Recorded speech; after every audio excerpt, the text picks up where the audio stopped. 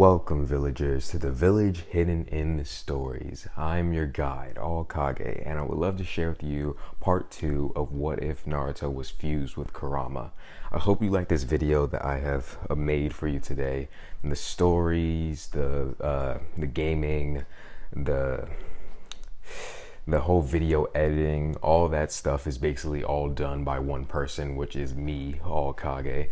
And I had to do all of that, so it would really help if you guys comment, like, and subscribe, and share some feedback in the comments, as well as share some what if ideas, because I do take suggestions for what ifs. And that's basically everything. So without further ado, let's get into this amazingly crafted what if. Naruto stared to the front of the room after remembering that day.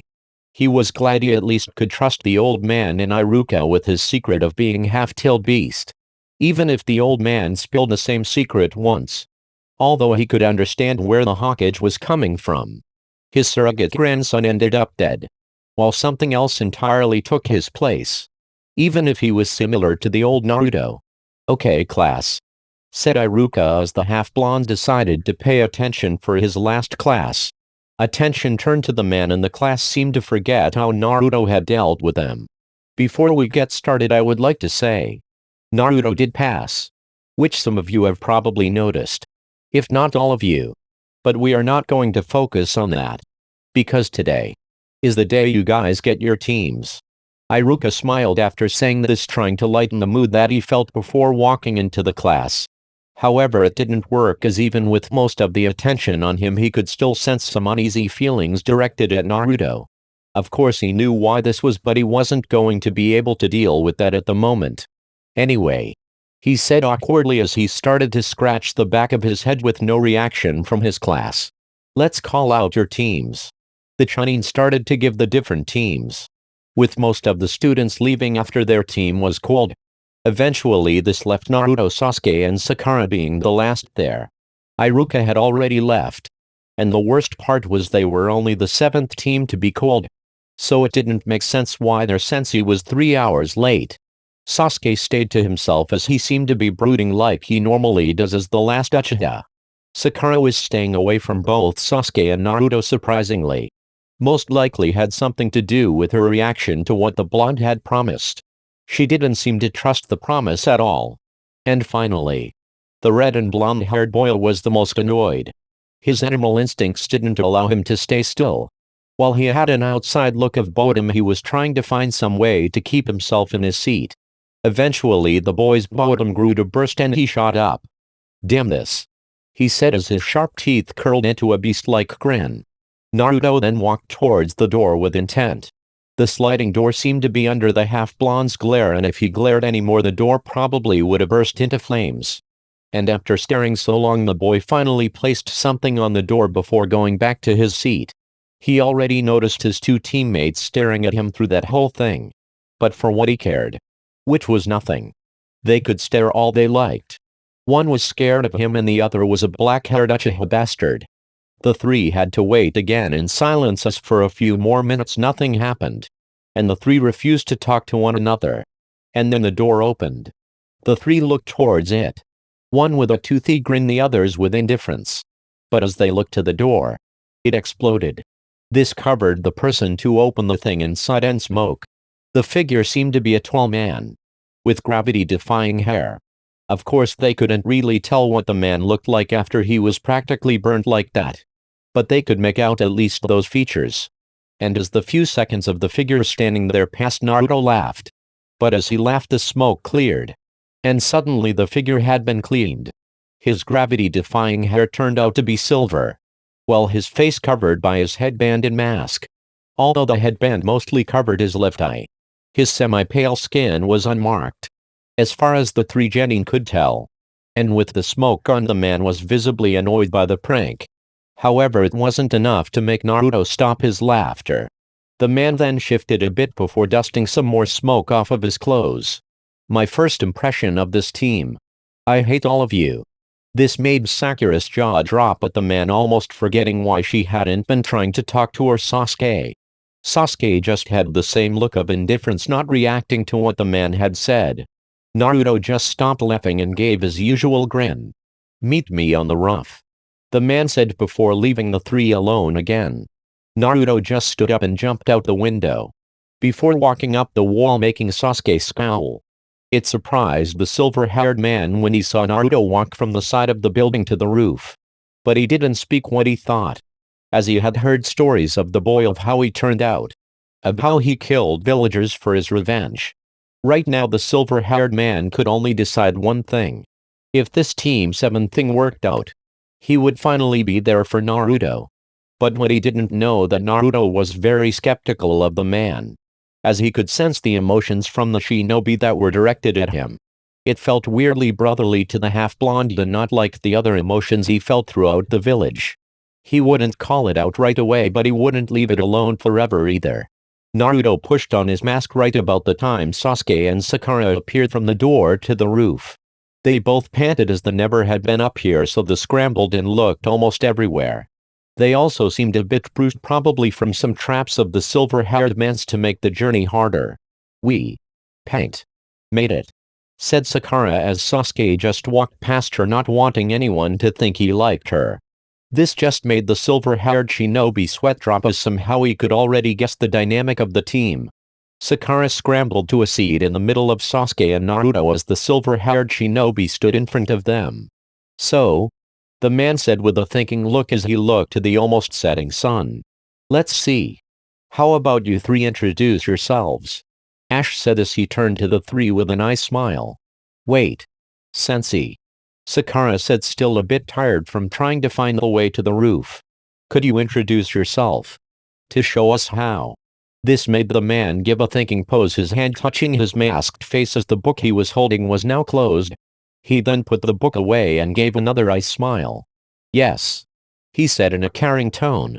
"I'm Kakashi Hataka. My likes? None of your business. My dislikes? I don't have many. Hobbies? You're too young to need to know. And my dream to the future? I don't have one of those either." Like that.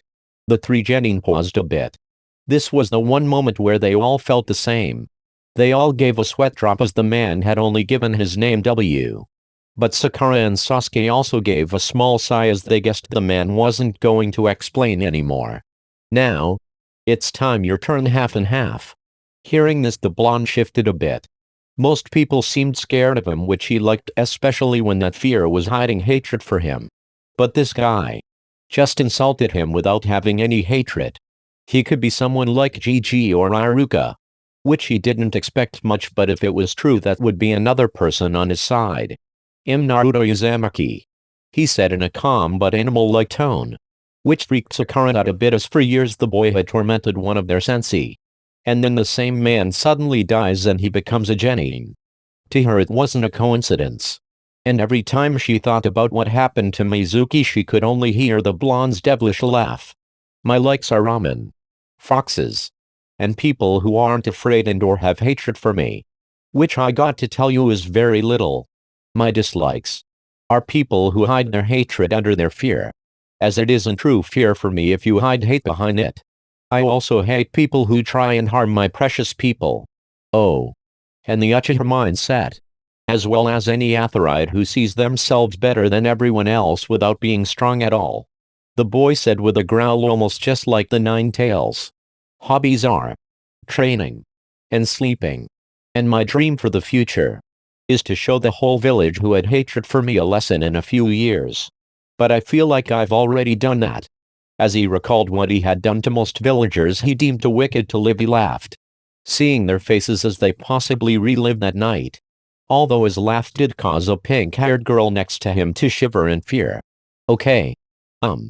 You next, Pinky." The girl looked towards Kakashi before remembering what they were doing. Having gotten out of her trance from the laugh, she gave a smile to try and be cute, although it mostly seemed annoying instead. Sakura Haruno. "My likes are." She turned to Sasuke and gave a smile. "My hobbies are." She turned to Sasuke and then blushed. "And my dreams for the future are." She turned to Sasuke, who somehow still didn't notice, and squealed in enjoyment. "Dislikes," chimed in Kakashi, getting the pinket's attention again. "Well, I don't really have any right now." "What about fears?" said the silver-haired man a bit more serious than he had been before. This made Naruto look towards the two while Sasuke still was just seemingly ignoring everyone. The picket paused. She then looked towards Naruto, whose sharp-slit purple eyes had already been looking at her. She quickly turned away in fright before going into a constant shiver. This made Kakashi raise an eyebrow before looking towards Naruto. The man couldn't tell what the blonde had done, but it seemed to have given the girl nightmares. Naruto just sighed as he already knew the girl was afraid of him. The one thing was, it wasn't hatred hidden behind that fear. The reason why he didn't hate those who feared him was because most of them were products of him messing with Mizuki before killing the man. A lot of his fellow classmates had fear for him. He didn't care, but he wasn't going to hate someone for something that he had done. Although he didn't hate people who hated him either. He just liked to kill some of them, cause some let their hatred control them into killing him that night, while others would likely cheer at his death. Which was most villagers. Anyway, said Kakashi, filing the girl's reaction for later. Last one is you, duckbot. This made the black-haired Uchiha turn around immediately. The boy looked annoyed at what he was called as Naruto just snickered a bit at him. My name is Sasuke Uchiha. My likes don't matter. And I dislike very few things. My hobbies are training. And my dreams for the future aren't dreams. Because I will make them reality. I'm going to kill a certain someone. Kakashi just paused at this. Already having guessed who the boy was talking about, as most of the village knew what happened to the Uchiha clan. And the last Uchiha probably wanted to carry out revenge, which he would have to stop and put him on the right path. As he thought this, he sighed. His only problem with the team was how they reacted with each other. The picket was not only a fangirl, but she was deathly afraid of the blonde beside her. The Uchiha was an avenger and could probably care less about his two teammates. And Naruto. He openly stated he didn't like Uchiha. Which most likely meant him and Sasuke would be at each other's throats most of the time. While this was probably Kakashi's dream team, just for the fact his dead sense's son was on the team as well as his dead friend's cousin. He just didn't know how he was going to get them to pass. He would have to think on it later, as if this was the team he wanted, he wasn't just going to pass them off the bat. They would need to prove themselves like his other teams couldn't. Okay. Since it is getting late, we will not be able to do the test I had planned. Because you are late. Sakura screamed out before sitting back down sheepishly. She then reran what the man had said in her head. The Banshee looked towards the silver-haired man. Wait, test. This made the man nod as Naruto and Sasuke turned to him as well. Yes. This test will determine if you all become shinobi or not. Wait. But we already passed the test, said Sakura as she was confused a bit by what the man had said. He gave a nice smile at this before deciding to crush the girl's dreams a bit. That was just to weed out the hopeless from shinobi. So, and come around 9 AM to training ground 7. Then the silver-haired man turned around before he seemingly remembered something. He then turned back with the same smile and a chuckle. Oh. And I recommend not eating breakfast. Unless you want to puke. With these last words, the man disappeared in a twister of leaves as it went dark finally. The three were left there with the only information they had gained from the man, and Sasuke and Sakura couldn't decide what to do. But as the picket and black-haired Yubuga just sat there, Naruto had stood up and pulled his mask down, brandishing a grin. I'm gonna love fighting him, he said under his breath with a beast-like intent. This just made Sakura mumble something. Don't you mean you can't wait to kill him? Naruto just turned back, his smile turning into a bored look. Almost as if an animal looked at his food and was disappointed. You really are afraid of me that much, aren't you? I'm a bit flattered that you are truly afraid and don't have that hatred like other villagers. But I did swear on my blood that I would kill you. No matter how long I go without a kill. This had the opposite effect that the blonde wanted. While he pitied the girl and didn't want her fear, she only reacted with more fear. And the only reason he didn't treat his classmates like the villagers was the fact they weren't like the villagers. They didn't hate him for what his predecessor did. They didn't kill him when he was 6. They didn't hide hatred with fear after his death. They weren't wicked like most people he killed. Even if he enjoyed the kill, he wasn't going to kill his class. The half-blonde then turned back to the edge of the building where Kakashi just was. "See you two tomorrow." The blonde then put his mask up before poofing into smoke. This surprised Sasuke and Sakura, who both didn't know how to react. Naruto appeared on a different roof. Before the test tomorrow, he had a few things to do.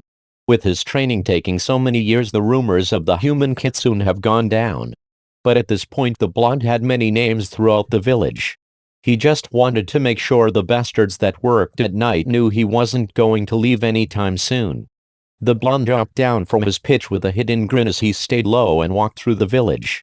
He stretched out his emotion-sensing abilities to look for a target. POV shift. The Hokage of the village had been getting backlash from the villager side of the council. They had been at his neck about their population going down. He had already known why such a thing had been happening, he just hadn't known how to deal with it. Him and Naruto had a deal, meaning that anyone he was killing was immediately evil or attacked him first. The cleanup of the village was good, but the loss of population was bad. He didn't realize how much he had let the village fall into darkness, and now he was paying for it with annoyance. The old man looked towards the other people at the table. As the Kage he had already expressed years ago, he wouldn't tolerate any ill will towards Naruto. But now that was being pushed back by the clear fact of so many deaths. He had to deal with this tonight, or they would start to go against the boy again. And that wouldn't go down well for anyone. Especially not the civilian side. "Okay. Our meeting may start now," said the older Hokage as he looked to the council. "Civilians, traitors, and more. I brought you here on your pleas to kill Naruto. Now I can understand the concern in. You don't understand anything, Hiruzen," yelled a pink-haired man. Hiruzen only side-eyed what the man had yelled before saying, "Yes. Well, I am planning to stop Naruto instead. He doesn't need to be killed. Even if most people he had killed were wicked. But I understand that the civilian side of our village is dwindling. And we cannot have this. The problem will be solved." As he said this, the civilians calmed down, surprised by what he had said, especially with their experience years ago. Back then it almost seemed like he wouldn't even let the blonde get one scratch after. Most of them were okay with the idea of stopping the demon instead of killing him. It was all they could hope for at the moment anyway. The Hokage shifted in his seat a bit, prompting one of his ambu to appear.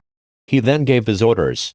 And only a few seconds passed when the ambu came back with a blonde and red-haired boy who had his arms crossed. The boy's clothes were bloody, and so were his hands. An annoyed look was under his mask as some of the council threw up at the smell of death on the boy. "Yes. GG," he said with some annoyance. However, it wasn't directed at him. It was directed at the council. The main reason for this was the blonde had known for years that the council wanted him dead. And all of their attempts not only failed, but they weren't even challenging for the blonde. So if this was another attempt on his life, he only expected disappointment from it. "Naruto, we would like you to stop killing some of the civilians." This made Naruto look to his GG, then towards the council. Then he gave a grin that freaked out the civilians a bit. "Well then. This is a meeting, right? Let's negotiate." As he said this, he made a shadow clone that turned into a seat. He sat down with the same grin, only he pulled his mask up so that they couldn't see it. "GG. Since this is between me and the council, you mind staying out of this one?" The older male nodded his head to the question, allowing Naruto to take full control of the situation. He didn't feel like trying to explain the boy's reasons for his killings when he could do so himself. Although this freaked out the civilian council. "Okay. Let's see. It took you all too long to stop being afraid and talk to my GG. So, what is it you all want me to do exactly?" the boy said, giving the council uneasy feelings as he smiled under his mask. The annoyance he appeared with was gone now, only filled by a playful feeling. As if he didn't care what the council said as he leaned back in his seat. Some of the council looked towards their Hokage as the blonde said that. Surprisingly, however, one of the councilmen stood up. It was the pink-haired man from before. He stood up calmly with no fear but visible hatred towards Naruto. This made the blonde look towards him with interest. "Uzumaki." The man began, his voice steady as he spoke. The council is concerned with the actions you take against the wicked civilians in the village. We are losing our population. We would like you to. You would like to control me like a dog? Said the boy sharply, his smile almost visible to the council. The uneasiness grew in the air as the boy seemed to shift a bit in his seat. No. One of the councilmen chimed in above the pink-haired man who stood first. We simply would like you to stop your actions. There are rules. Those same rules most of you have used to take control away from my GG. Those same rules that killed me that day. The rules that let murders, killers, monsters and more to wander the city as if they are someone who is normal. As he said this, his tone seemed angry towards the council, and the look he had towards them grew with a sharp edge as the once fond smile disappeared. Now, I do kill some of you for fun. But all of them, and I mean absolutely every single one, has been either a murderer or something worse. The boy's chair suddenly dropped as his elbow went on the desk and he rested his head on his fist. But like I said, I'm willing to come to some agreement. This place isn't as evil as it used to be. Plus I have sleep to get back to. So I'm up for letting you handle those people if you want to. But I won't do nothing. His twisted smile came back as his anger fell. It was obvious he held no anger towards the council. Well, he did have anger for them, just not to the extent he used to. He was more so angry with their actions against him by letting people like the ones he had killed roam free. The council started to discuss with each other. They needed to decide what they wanted quickly, even if they couldn't find a way to control the boy. After a few minutes they stopped. The pink-haired man stood up again with some sense of unwavering duty. You must stop killing our civilians. Only minimal harm. Naruto gave a blank stare. And only a few seconds after he started to burst with laughter. It's crazy how even when you try to negotiate, you all demand it. You all need to get that it's someone you can control. Especially after GG grew a backbone again. Naruto finally started to calm down after his laughter reigned for a few more minutes. It had the effect of making the council worry a bit more. Then what do you want? Roared a councilwoman. The old lady tried not to glare at the boy as his decision would decide the villagers' fates. If his killings kept going on, then they would have less power. I want some legroom. Like I said, you all can't control me.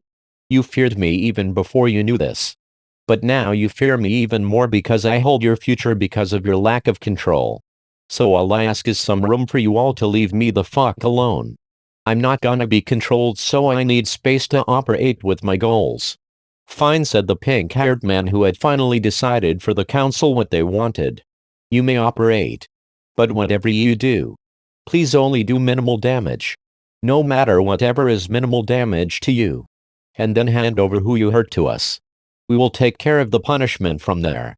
Naruto gave a smile, genuinely happy that they realized the truth. His chair then poofed as he stood up with a hidden sharp grin. I can do that. The boy started to walk away, but then he stopped. Oh Pinky. You seemed like the only one scrambling to save your people instead of trying to fight against me. You also interest me as I feel no fear in you. What's your name? The pink-haired man just stared. A bit taken aback that the demon he had hated for so long wanted to know him. But he guessed even if he hated the boy he would have to live with him. I'm Baki. Baki Haruno. Naruto paused as he thought of the man's last name. He laughed a bit to himself before he disappeared. Time skip. Naruto sat on one of the logs in Training Ground 7. He had a bored look as he watched the trees away from the winds in the village. On a day like this, the blonde wondered if their new sensei was gonna be late every day. This made the boy give a growl before jumping up and landing on the grassy plain. Sasuke just looked towards where the half-blonde landed before turning away, pretending not to notice. Sakura just looks before going back to her own thing, trying to seem like she's not there. Is this guy serious? I could have slept. Maybe even go on a hunt with how long he has been late. Naruto said crazily and annoyedly. This made Sakura turn to the boy, figuring out whether or not to give her 2 cents. Maybe. He is always going to be late. He is gonna be our sensei if we pass. So, we should just wait. Sakura said, still shaken by the blonde's presence. Well then, the half-blonde said as he turned around and looked at the entrance of the training area. We will wait for the silver-haired scarecrow. But he will learn not to be late. Especially after what I'm about to do to him. This made Sasuke look towards him with interest, however he still didn't voice anything. As the black-haired boy leaned on the tree, he noticed how the blonde had a glint in his eye. Similar to a beast daydreaming about what it will hunt. Or similar to a kitsune messing with some poor unfortunate soul. Either way, it seemed like he was planning something. Oh. And you both are helping me. This did it. His two teammates' jaws dropped as he said this. They didn't know how to react to this sudden shout from the boy. Short time skip. Our silver-haired Jonin finally arrived at the training grounds. He walked into the plane with his book in hand. He slowly walked towards his team, but he hadn't noticed a thing until his book was down. And when the book went down, surprise hit his face.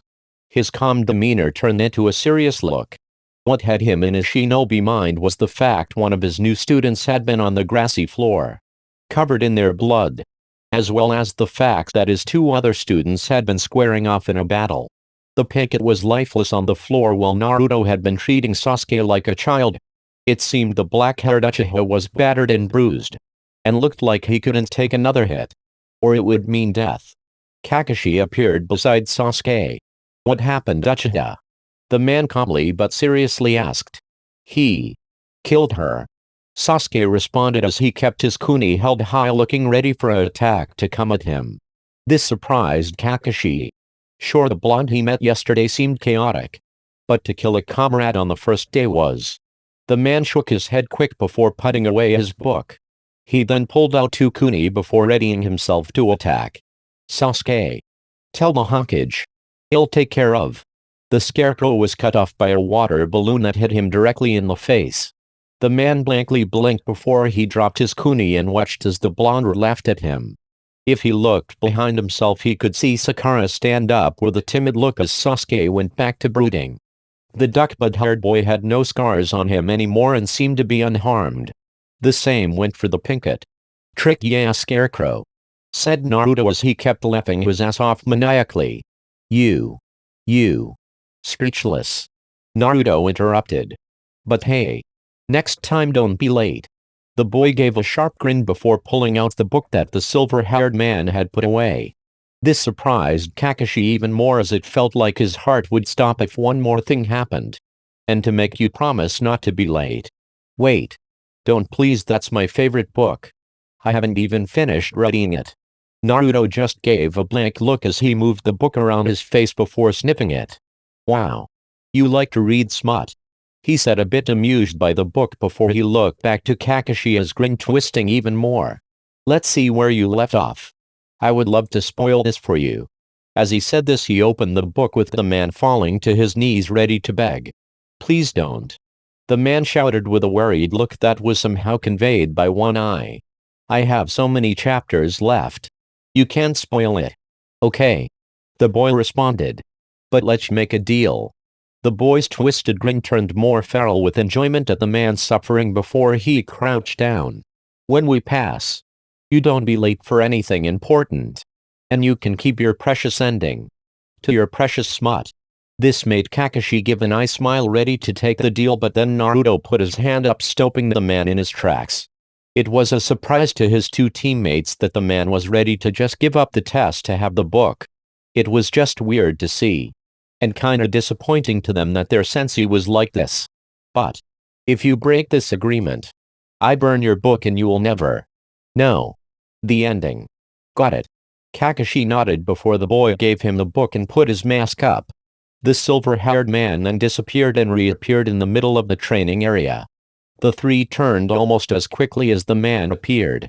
Well then, he said, his tone immediately shifting to a calm one unlike the one he used when Naruto took his book. He then abruptly cleared his throat, trying to gain some respect from his team again. Like I said yesterday, this test will decide if you stay shinobi. It's a simple survival exercise. And you three only have to take a bell from me. The man pulled out two bells attached to red strings. The three looked unquirky, allowing him to continue. You must get a bell to pass, said Kakashi, making Sakura raise her hand with a question. With a quick nod, the silver-haired man told her to speak. But there are only two, she said with some worry. Exactly, Kakashi said abruptly. One of you will be going back to the academy to restart another year. Any questions? Sakura raised her hand again at this. No questions. Good. Go. After he was done, he watched the two of the genin disappear in a quick motion. Kakashi didn't pay the blonde any mind as he decided to figure out where his other two students were. He found them in an instant, but they seemed to be hidden well of genin. He was glad for this before he turned back to Naruto. He had already decided to pass them since he was tricked by the three. And in the real world, if you didn't know who was your enemy and who was your friend, you could deal with more than ambushes. It was a great trick. He would just give them a scare first before he passed the three. This prompted the man to look back to his more unstable student. He was most likely the one to make the plan in the first place. The scarring image had the boy's name all over it. Naruto then tilted his head a bit, his grin almost visible from his mask. The blonde then slightly crouched down ready to attack. And with the speed and power enough to rip the ground from its lay, which made cracks around the whole plane. He lunged at Kakashi. He was above the man into motions. This made the man's eyes widen in surprise as the light covered him. It seemed almost like how his old sensei overwhelmed the enemy. He thought before trying to block the incoming attack. Naruto had hit the block almost instantly after with an axe kick. The boy then disappeared. Kakashi didn't expect this from him even with his chaotic nature. The silver-haired man looked around quickly trying to find him. But when he turned, he was out by a claw-like palm. He substituted himself with a log.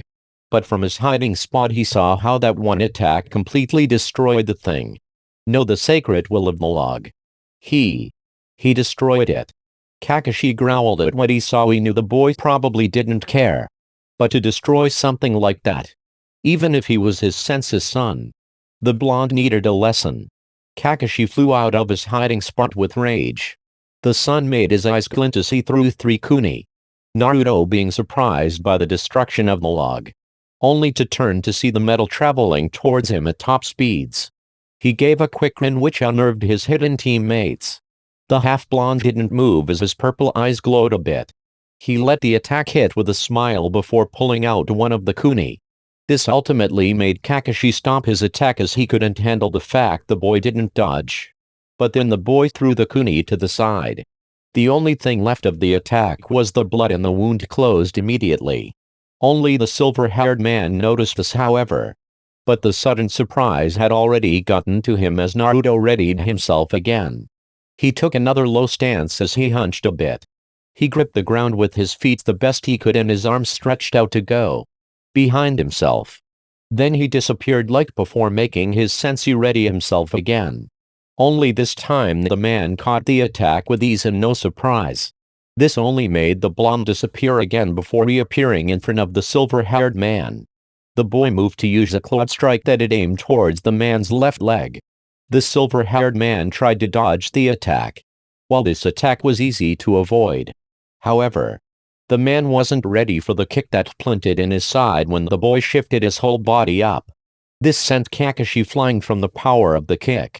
Naruto just repositioned himself before giving a sinister grin. This power. He has at least cage-level strength and high tuning speed. This was unheard of for someone the boy's age. Kakashi said, finally hitting a tree. The tree may have stopped his flying, but it didn't survive it. Sure, Itachi was overall high tuning, even younger than Naruto, but with strength as strong as a cage. The man paused at the boy's sight. The half-blonde's eyes had shifted from purple to red at some point in the battle, and he was just slowly approaching his sensei.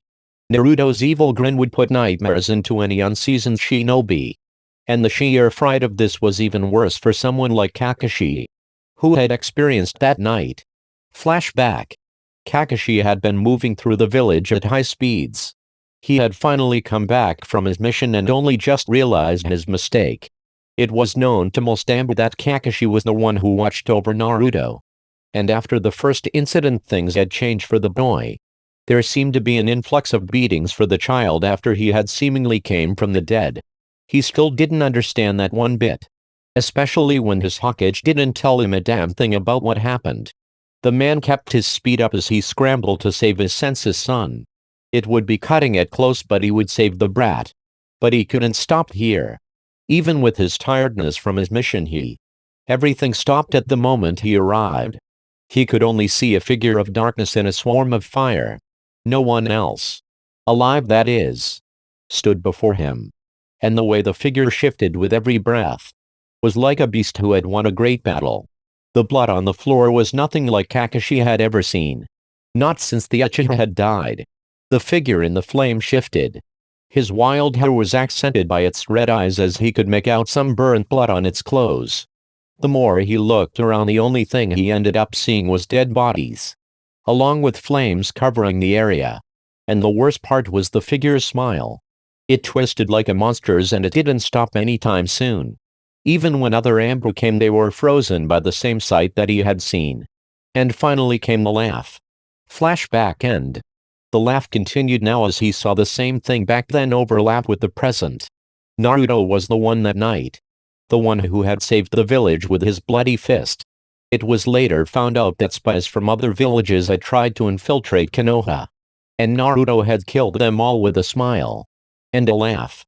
However good of a action, it still had put scars into the eyes of Ambu, as well as made some quit being shinobi altogether. Suddenly Naruto stopped in his tracks. A bit surprised to the point his red eyes turned back to purple. But then his surprise turned into a grin. The boy's teammates had gained a look of surprise as well before Kakashi went into a stance.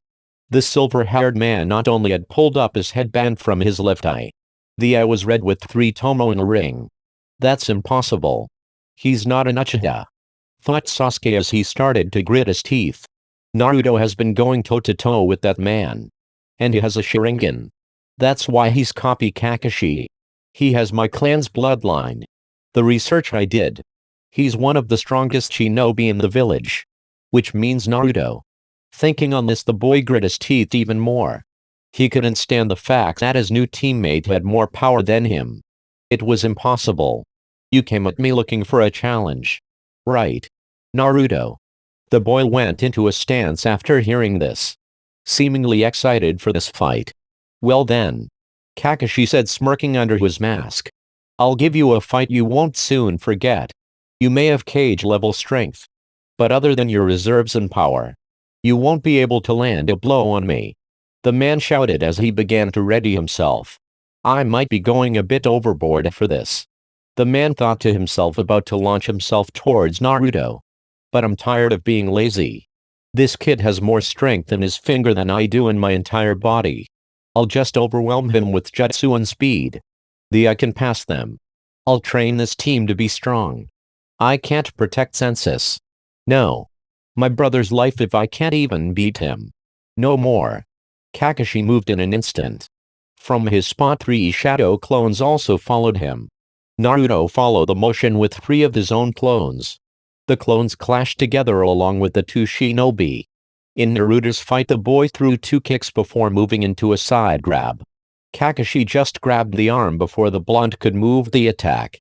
But the blonde just swung his body to try and land a kick to the man's temple. This attack was also caught by the silver-haired man, leaving the blonde immobilized. This was until the half-blonde had poofed into smoke along with his clones. Kakashi's clones in response poofed as well. The man looked around quickly, not wanting to be surprised by another attack. But when the man looked up, he saw the blonde. He was floating on the air with the same crazy grin he had the whole day.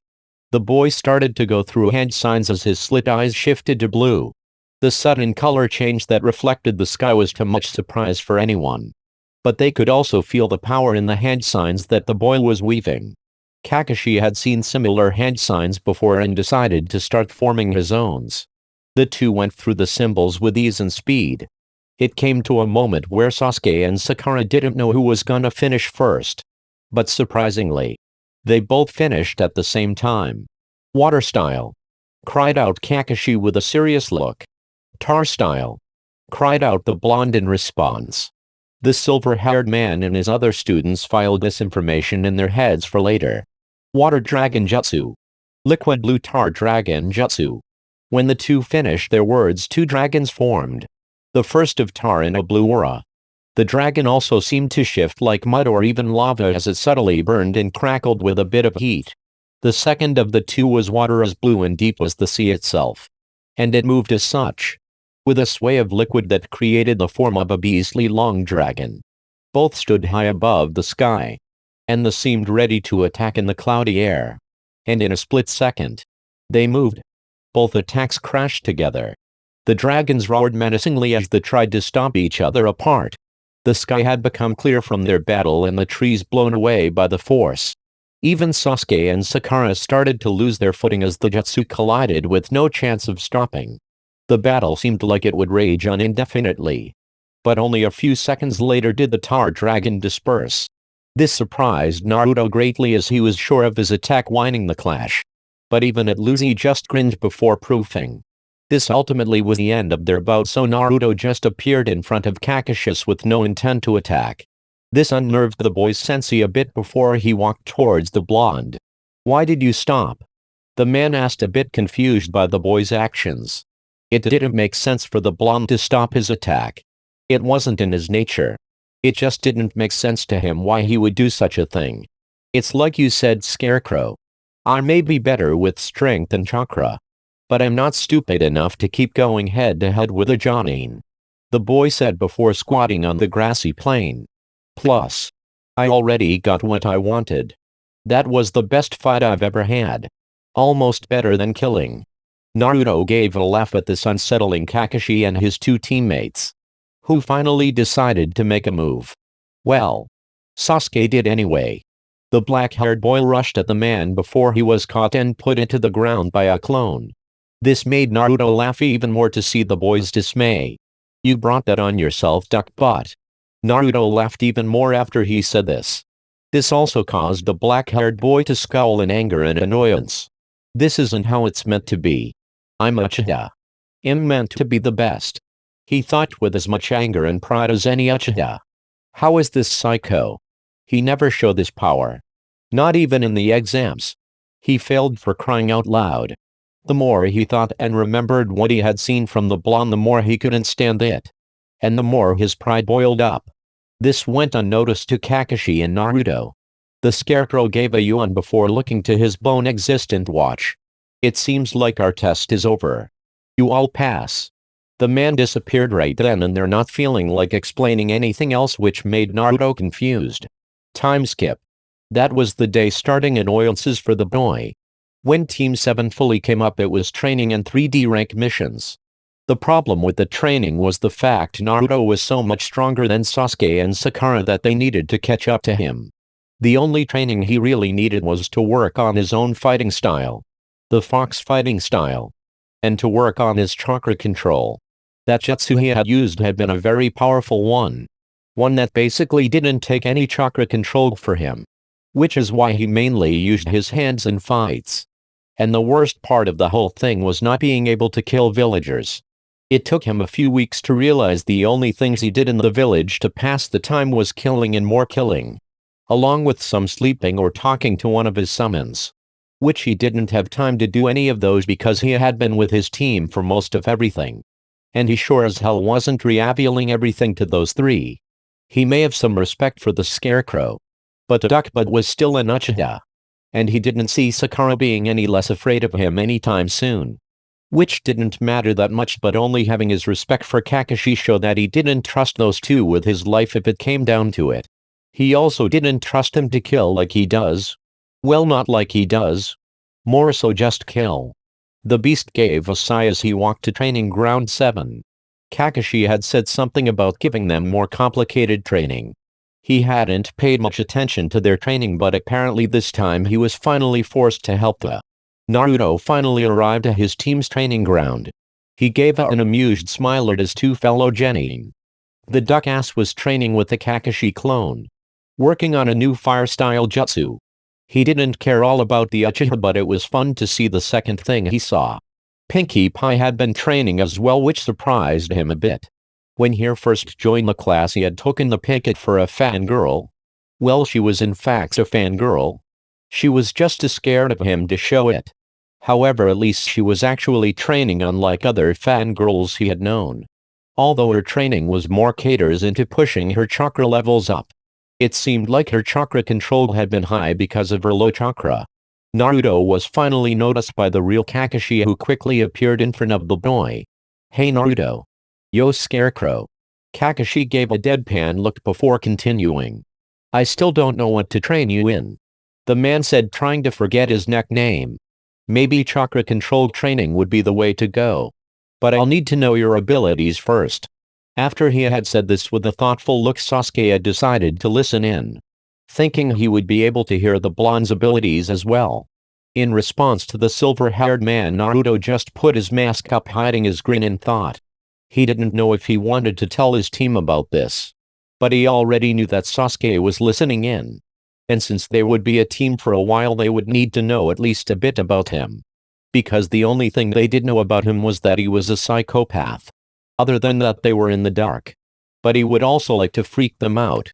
Maybe he should tell them about his situation. As he thought this, he mentally shook his head, figuring it wouldn't matter if he told them or not. No matter if he needed a bit of enjoyment. But to him it didn't matter much. This made him decide to arm himself with the hood of freaking out Kakashi and Sasuke for once. Sakura would probably be even more scared of him, and at this point he would feed into it until it got boring. "Tell Duckbutt and Pinkie Pie to come over here," the half-blonde said as he ruffled the red side of his hair a bit. Kakashi eyed the blonde a bit, forgetting what he had asked him, and more concerned of what he was planning, since the boy was the most unhinged genin he had seen. But he decided to just do as the blonde asked. He wouldn't kill his teammates. Unless they annoyed him, that is. Kakashi walked away for his bit and then brought the two to Naruto. He was still a bit confused by the boy, but he had pushed that aside, knowing the blonde was close to explaining. "What did you call us over here for, Naruto?" said Sasuke, visibly annoyed by getting distracted. Sakura just fiddled with her fingers, which annoyed the half-blonde a bit. But that wasn't what was important at the moment. "We are going to be a team, Duck-ass," said Naruto, still hiding his face with his mask as he calmly closed his purple eyes. "So I should start explaining what I can do. And what I really am." This surprised the Uchiha a bit, as well as Sakura, who stopped shifting her hands. Kakashi was also surprised but didn't show it.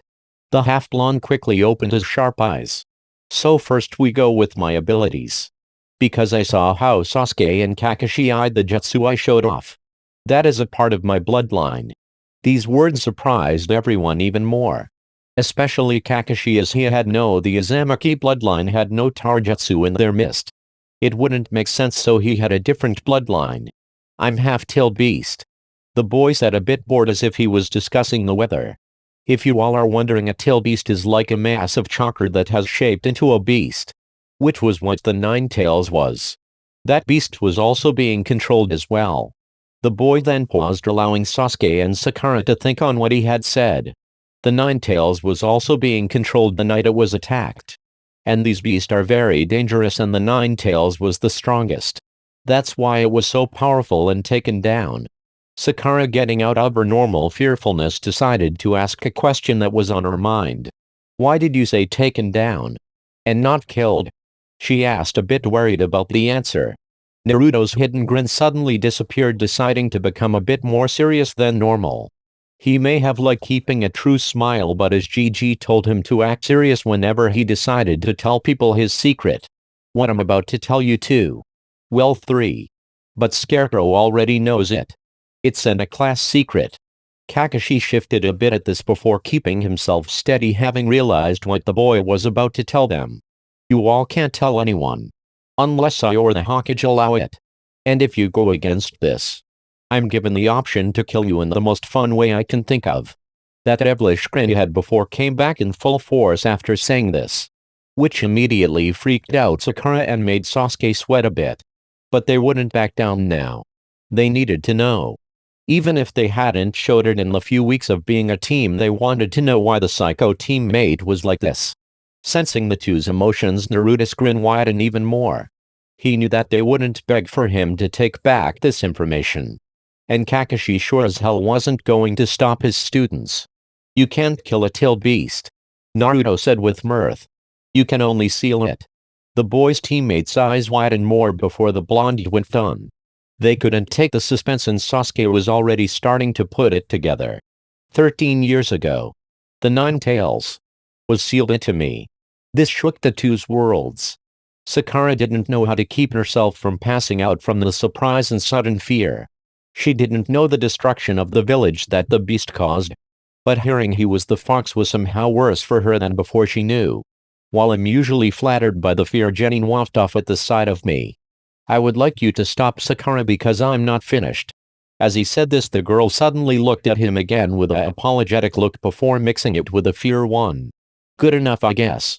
Anyway. The fox fused with I guess you could say past self. When I was 6. Because a bunch of villagers killed me. Not only did my past self die, but the villagers had thought they finally killed him. Which they did. But technically not. So do you guys understand me being half-tail beast now? Also, Sakura, I won't kill you. Remember what I said in class that day. Naruto paused as the girl started to calm herself. But the blonde still felt her fear and just sighed before deciding to continue. Sure. I'm a monster. But you should know by now that I keep my promises. The girl remembered this to be true. Even with the information that was just brought to light, she had known the boy didn't break promises. And hurt anyone who did. This made her calm down a bit in realization. Sasuke and Kakashi just watched the moment. One with a sweat drop. The other a bit happy his students were getting along. Anyway. Naruto quickly said. Because of me being half-tail beast, I have very specific mutations that fall under bloodlines. But they are all seen under the Kitsune bloodline. First effect is the fact that I have 2 chakra pools. One with high-level light chakra, the other with dark chakra. They also change some effects and aspects of jutsu depending on which chakra I use for it. My bloodline also doesn't allow me to use any of the main elements. Besides my 5 elements, I can't really use elemental jutsu. One of which is the tar element you saw me use. The others are Hell Plasma, Great Acid, Havoc Wind, and Infested Wood. These elements also have 2 forms, leaving me with 10 elements technically. So not being able to use the original elements is a good trade-off. I also have emotion sense. As well as perfect fox eyes, which in visual prowess are even stronger than the Sharingan. They can even hypnotize people and allow me access to their mind and mindscape. Naruto paused a bit, trying to remember everything else about his bloodline. My body is also shifted a bit from my bloodline. And my healing rate is higher than normal. He said before resting his head on his fist. Most things he had were part of his bloodline. Beside his jutsu. Kakashi had a blank look at this as he thought about what the blonde had said. It suddenly all made sense to him why the blonde acted like that. Wasn't just because of his death. While a bit of it was because of how he had gotten tired of his village. Another push at the wrong time could have turned into an enemy of the village. Sasuke just was mad he wouldn't be able to steal jutsu from the blonde when he gained the Sharingan. Sakura was finally calm and less fearful than she was when Naruto appeared in class. You guys are quiet. The blonde said with boredom, getting the three's attention again. Come on. Get your heads out of your asses. I need me something to get my mind off killing. This is the one day I could go for a D-rank mission. The boys' team grinned at this, deciding to think on the information he had given them later. But Sasuke just gave a time skip. Somewhere in a dark forest. Pinkie Pie, do you see target? The voice said with underlined seriousness. No, Scarecrow.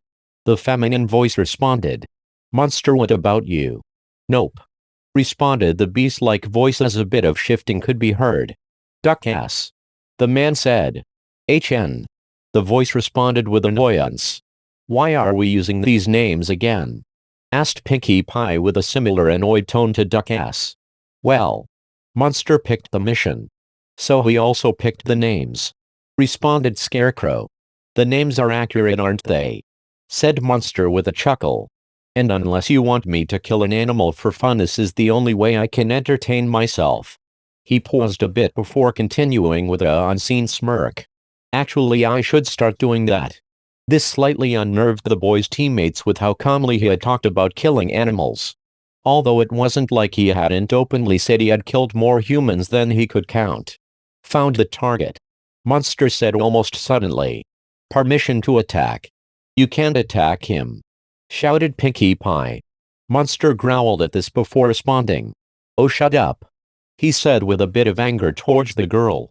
The boy then paused a bit before apologizing. It had been hard for him to suppress his killer instinct and psychopathic tendencies. He hadn't had a good kill in a while, and a few weeks was too long for him to go without a good fight. He could ask for permission to go into the forest of death to keep himself calm, but at this point he just wanted sleep. I won't hurt him. Too much, that is. This was the last thing the team heard before the comm cut and the boy was on the move. Naruto jumped down from the tree with ease. He also had a grin as he fell from the height. The half-blonde landed on top of his target like a predator would pounce on his prey. He even seemed like a monster as he started to give a small growl with enjoyment as his predatory eyes landed on the small thing. What the team had been going after seemed to be a small black cat, and in the catch position a monster-like beast had just landed above him. While the thing wasn't pinned down, he was too paralyzed with fear to move. This made it easy for the half-blonde to pick it up quickly and take it into the darkness of the trees even more. Got you, damn fur ball, he said as steam seemed to waft out of his mouth. The boy's instincts almost bled out of him as he moved his claw-like hand to attack, before realizing what he was about to do. This made the boy sigh with annoyance, knowing he needed to keep control for now. He could go on a killing spree later. The blonde picked up the cat with a predatory grin as a way to scare it a bit just for fun. The cat responded by passing out, making the half-blonde chuckle in slight amusement, almost forgetting the fact of wanting to hunt and kill something. This was before his team had arrived in front of him. He just gave a psycho grin and put the cat on his shoulder. Man, guess you caught me planning a murder. Like usual, this unsettled the team a bit before realizing who had said that to them. Sometimes they couldn't tell if it was a joke or not. To be honest, it could have been either or with the red and blonde-haired Jenny. Team 7 then made their way to the Hawkage Tower. When they arrived, Kakashi had taken the time to take the black cat, which was named Tora. He ended up giving it to a large woman. She almost smothered the cat to death, so Team 7 could tell why the cat had ran away. Once she was gone, the team had gone into an almost serious position. But Naruto seemed to be shaking and unable to stay still. Hawkage-sama, my team has finished their mission, said Kakashi as he looked into his book. His students stayed quiet for the most part as they waited for the next mission. So another D rank like usual, Kakashi, responded Hiruzen as he puffed on his pipe, trying to forget his paperwork. But thinking of another D rank mission, Naruto couldn't handle himself. Another mission without killing would be death for him. He knew he had to act now or he would go crazy. Well, more crazy than he already is. The half-blonde launched himself to the Hawkage desk. His eyes were unseen, but there was still a lieu of surprise at how the boy reacted. What is it, Naruto? The whiskered boy almost shivered at this. He was practically shaking, trying to hold back his bloodlust, having never done such a thing for so long. Making a promise that he wouldn't kill villagers was taking its toll on him, and he couldn't hold back for much longer. GG, he said almost sharply, surprising the man as the boy started to grin predatorily. His eyes shifted from purple to blue to crimson in a fashion showing how the boy couldn't sit still anymore. I haven't killed or fought something in a whole month. I need a mission. A hard one. Hiruzen widened his eyes a bit before they became calm. The last thing he wanted to do was deny his surrogate grandson something that he basically craved for all his life, even if it was a bit out of control for a shinobi from the Hidden Leaf. Okay, Naruto, I'll give you and your team a C rank. But when you come back, I'll be giving you a scroll saying you can roam the forest of death whenever you want. Kakashi widened his eyes at this a bit. He didn't completely know if his team was ready for a C rank or not. He had only trained them in one-on-one situations. They didn't know how to act like a team yet. Hawkage-sama, are you sure about this? Kakashi asked, a bit worried as his book shifted away. Hiruzen gave a nod. I know that your team is strong enough for a C rank. With how you have been training them, I still believe they will be able to take something like bandits on. Although this mission won't just be about bandits. Naruto still seemed to be keeping himself to the desk as this was said, but his eyes were shadowed and his grin widened. Hiruzen then looked for one of the scrolls on his desk. It took him shifting around a bit of paperwork before finding the scroll. He threw the scroll to Kakashi and began to speak. I will send your client to the South Gate. You must meet him there. Tomorrow morning around 10. You may tell your students about the mission once you all have prepared a month's worth of supplies. But I must talk with Naruto. So take your team out for now. Kakashi gave a nod to this before leading Sakura and Sasuke out of the room. Once the team had left, Hiruzen had looked towards the boy who still had been leaning on his desk. He wondered a bit of how much bloodlust the boy was holding back to keep his teammates sane, but it wouldn't do him any good if he was like this on a real mission. For a shinobi like him, holding himself back this much would mean he wasn't calm and was hiding such a thing. It could also mean the boy would burst out in rage, anger, and or attack someone out of nowhere. So luckily this mission would help with that. But before he let the kid go, he would have to see how he was holding up. Naruto, the older man said with a soothing tone fit for the leader of the village. Are you holding up okay? These words finally made Naruto let himself go and let out all the bloodlust he had been holding back. Such a thing was so potent that even Hiruzen was shaken a bit before calming himself. It's alright, Naruto. This mission will help you. You won't have to hold yourself back after this mission. The best he could. Naruto shifted up a bit before speaking. Thanks, old man. The blonde shifted down again before standing up and suppressing himself once more. Hiruzen just chuckled a bit before the half-blonde moved to leave. Only instead the door burst open, surprising the two. A boy about half of Naruto's size burst through the door. The battle cry of the kid was unnerving as it just sounded like high-pitched screaming. Quickly Naruto had sidestepped the incoming boy, while also taking in what he looked like.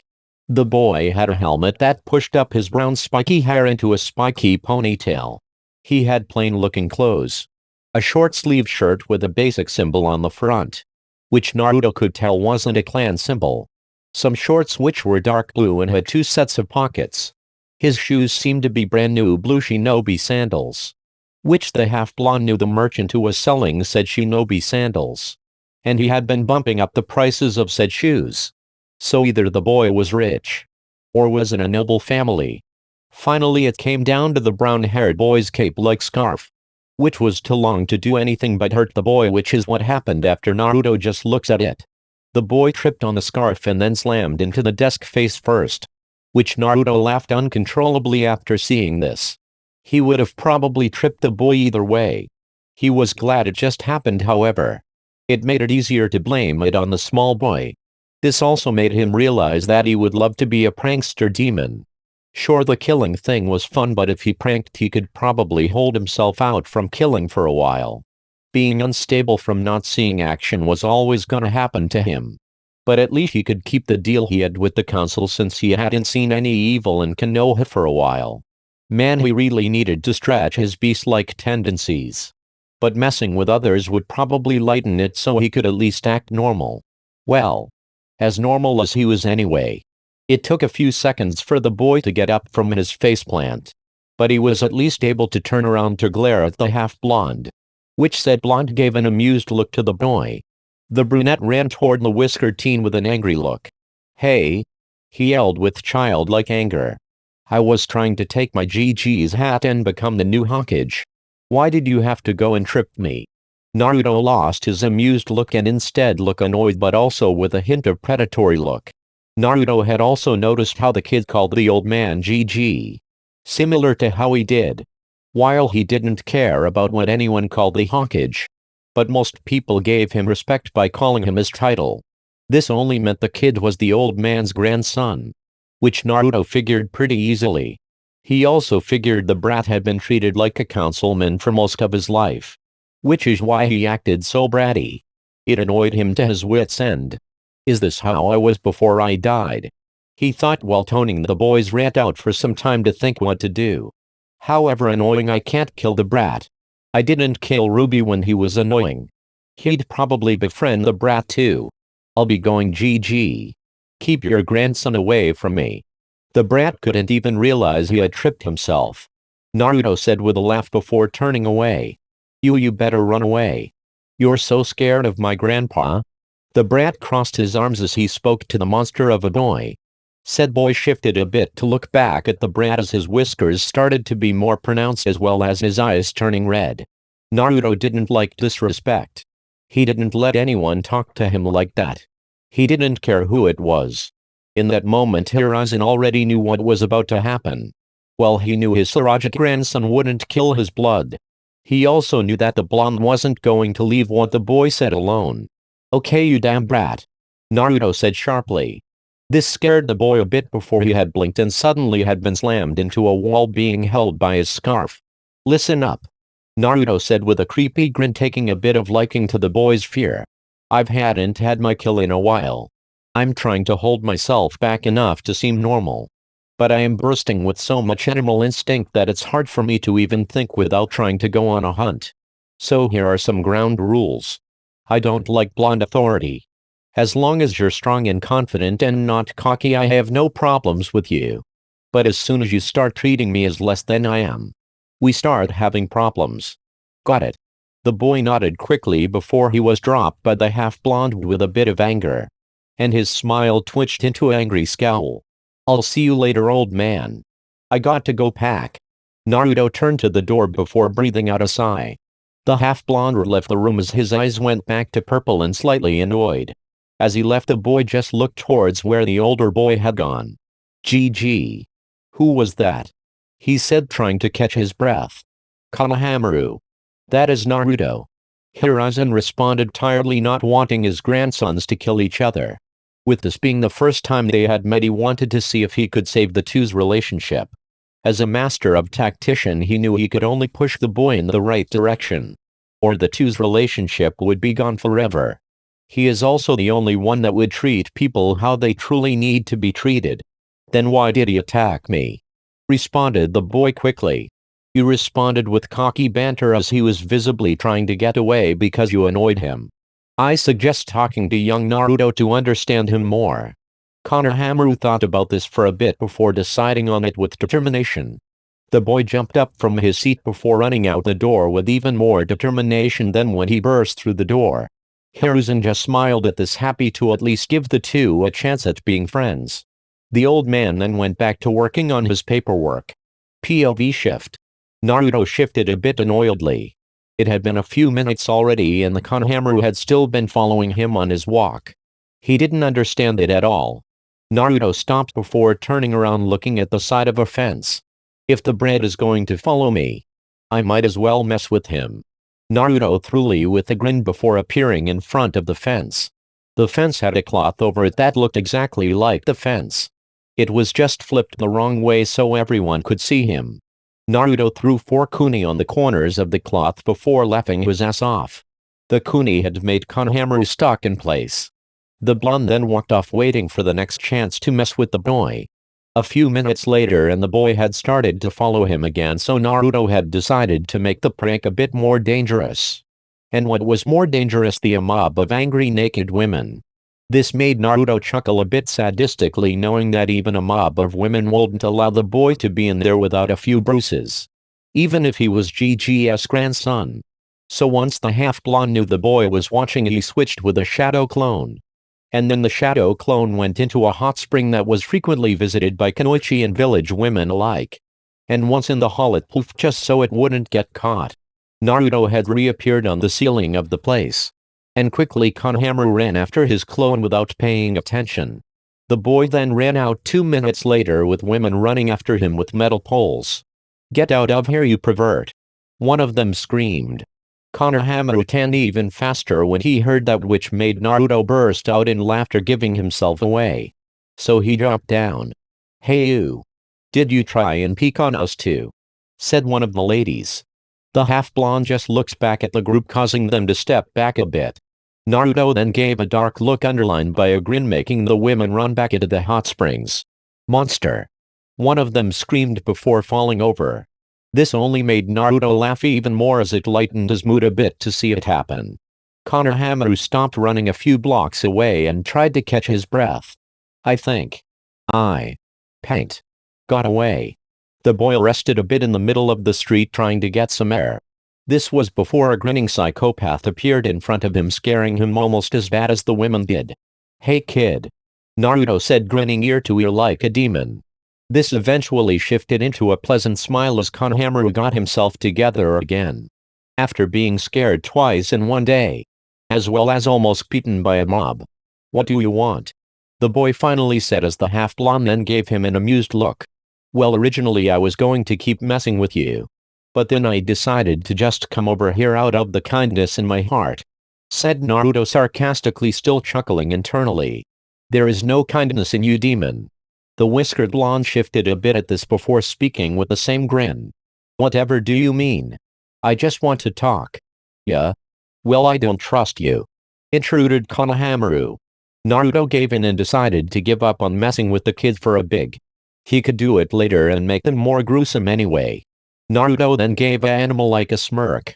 "Well, since I can't trick you, how about you tell me why you are following me?" As he heard this, Konohamaru looked like he was caught with his hand in the cookie jar. "Well, he stuttered a bit, trying to find some way out, which Naruto decided to shut down immediately with a predatory smile, with his eyes turning red, letting the kid know he was serious. But he was just messing with him again. He actually was on the verge of going back to say sorry to the kid, which is the great psycho killer of the leave he normally didn't do. He just had an outburst from the stress of holding down his animal instincts. He was born to be wild, so it was a hard thing to control instead of letting his instincts be free. "GG. He told me about you," Konohamaru said with sudden determination, making Naruto give an interested look. "Well, he told me your name. And then I remembered all the rumors I heard about you." Naruto gave an even more interested look, now grinning a bit. Most of his rumors were of power, deceit, and blind killing, which were all true. Besides the blonde killing, it was only partially blind, as well as the fact he was a demon, so they passed rumors about that too, which was also true. So he wasn't gonna stop these rumors if they were all true. Plus there were things better to do than that, like sleeping and training. Mostly sleeping. "Before that accident," Konohamaru said with an even more determined look as he clenched his fist a bit, "didn't you strive to become the Hokage? So, I must beat you to make sure I become Hokage." Naruto raised an eyebrow. He was now lost, as he had no dreams of being the Hokage after that night. Apparently he didn't inherit that trait from Naruto. Speaking of traits, he really thought he should go get some ramen. He hadn't had a bowl in years. "Kid, you know I don't want to be Hokage, right? I mean, the only reason I still live in an apartment is because GG doesn't want me in the forest where his Ambu can't reach me. Also the fact that GG is my GG and I wouldn't leave the village unless he died. Cause TBH. Aside from sleeping and messing with you humans, I got nothing better to do here." Konohamaru gave a surprised look, and then a saddened one. He thought this would have been another shortcut like his sensei always taught him. So why didn't it work? He thought, a bit angry at his sensei. Naruto sensed this anger. Again, like usual, it was weird it wasn't directed to him, so he decided to do something he did when first meeting Ruby. He decided to protect the brat. He sensed the same emotions he hid before he died behind the kid's anger. While it wasn't hidden, it reminded him of who he would be if Naruto and Kurama never fused. It reminded him of an Ino-ant kid that didn't hate much and just wanted to be seen. It reminded him that he wanted to protect the brat. This made him chuckle to himself a bit, as he doesn't usually have feelings like this towards anyone. But GG Iruka and his summons. Looks like he would have to put someone else on the list. Naruto decided to place his hand on the kid's head, distracting him from his anger. "How about this, kid? We make a deal?" The half-blonde gave a grin before pulling up his black mask covering the grin. "What deal?" asked the boy. "It's just to help you, you help me." "Well, it's more so for you. I help you become Hokage. Without shortcuts." "I could hear you in what you said," lied the boy. "Wait, how?" "You were muttering." Naruto lied again quickly. The truth was, if someone's emotions were strong enough, he could hear their thoughts instead of just sensing them. "What's the deal?" "Don't do it, young master," yelled a voice from behind the two. The two turned quickly, one with a worried look, the other with amusement. "Oh hey you. You should stop trying to ruin my deals," said Naruto with a smile towards the figure. Said figure was a tall man with a do-rag-like headband and some circle shades. The figure was a man and had no chin or Hoenn jacket. Beg seemed to be a skilled shinobi, as well as being in blank shinobi clothes. "You won't trap Konohamaru in one of your deals. I heard you made a deal with the council to take problems into your own hands. You demon." Naruto just picked out earwax from his ear and flicked it, not paying much attention to the man. Which annoyed said man a bit before the half-blonde looked back at him. Konohamaru looked towards the two a bit confused. "I may be a demon, but that don't mean you got to be annoying." Naruto then gave a grin. "Who are you again?" "Imebisu." The man yelled unprofessionally. This was before he straightened his stance and gave a cough, trying to show his power. "I'm a special Jonin for the young master." "Young master?" Naruto questioned, looking towards the boy next to him before turning back to Ebisu. "So you're the one teaching this brat that shortcuts is how to get power. You know, even with my bloodline abilities I still don't believe that," Naruto said with a predatory grin. "You may have been able to kill Mizuki, but you won't be able to beat me." "Who said we were fighting?" interrupted the half-blonde, tilting his head a bit. "I'm saving my rage for some bandits on my mission tomorrow." Ebisu grinding his teeth a bit before sighing. "Come along, young master. We must train you in the next shortcut to become Hokage." "No," yelled the brown-haired boy, surprising the Jonin a bit. "What did you say?" "I won't come with you," Konohamaru interrupted. "Naruto is right. Shortcuts isn't how I will become Hokage. Trying to take shortcuts is what almost got me beaten by a mob. So now Naruto will train me." Ebisu grit his teeth a bit before yelling out, losing the little bit of cool he had. He was already angry at the so-called demon in front of him and couldn't let go of his hate. But he was also one of the few people who didn't see him as a threat, as well as underestimated the boy. Mainly cause he saw the rumors on Naruto's killings as false. "Well, besides the time he killed Mizuki." "You demon," said the man with anger in his voice. "You have tricked the young master. So you must pay." The man rushed at the half-blonde with lots of speed. But to Naruto it was just slow and he could easily make it out. "As a special Jonin you will die by my hand." Finally the man appeared in front of him. Ebisu tried to land a down kick, but such an attack was just telegraphed by his fighting style. It didn't even seem to be a fighting style with how the man blatantly showed what move he would do before he did it. Naruto just sidestepped the attack, which left the man confused. His grin then twisted even more, creeping the man out before he started to feel in danger. With his left fist clutched, the half-blonde moved into his fox fighting style. His right arm shifted behind him like a tail, while his left shifted lower and bent inward to shape like a fox claw and head at the same time. "Fox Hurricane," Naruto uttered under his breath with the same grin held on his face. And as he was about to move, Ebisu felt as if he was already in a lion's den and couldn't escape at all. Note: just for an explosion of his fighting style. It's made up of basic attacks and special attacks. Basic attacks are made up of basic everyday attacks but mixed with the wildness, the feralness and the unpredictability of Naruto. And his special attacks are based off of fox movements, with his arms acting like a tail's claws and fox heads, making the special attacks more animalistic and instinctual for him along with his unpredictability. Note end. Naruto then spun in a quick motion, moving even lower to attack. His right arm bashed into the man's gut. Then came a claw slab when he had spun the other way. This was repeated in such a fast, rapid whip, and claw marks made themselves known by completely tearing through the man's clothes. This was repeated until Naruto had completely covered the man in attacks all over. Once done, Ebisu was left stunned a bit before falling over, which Naruto laughed at with a beast-like chuckle. Konohamaru's eyes shined with excitement at what he just saw. He quickly ran to Naruto, who had started to pick up the body on the floor. Although it wasn't dead, the half-blonde still saw it as a win. "You have to teach me that." Naruto put his hand back on the kid's hair, ruffling it a bit. "Remember, I was making a deal with you before we got interrupted." "Oh yeah," the boy said quickly. The two began to walk in the direction of the Hawkage Tower, a bit relaxed, even if Naruto had gained scared looks when others looked to him. The deal is, I will train you in how to really become strong. But once you become Hawkage, I get to have free reign and go anywhere I want without notice. I'll still be a shinobi of the village. It's just I want to be able to have more freedom. Like a monster such as myself should. Konohamaru gave a nod before giving a cheeky grin.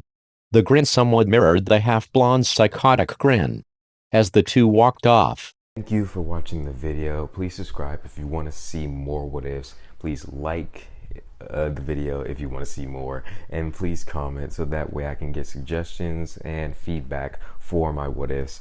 Also, share these what ifs because you never know, someone else might like them as well. Without further ado, Okage out.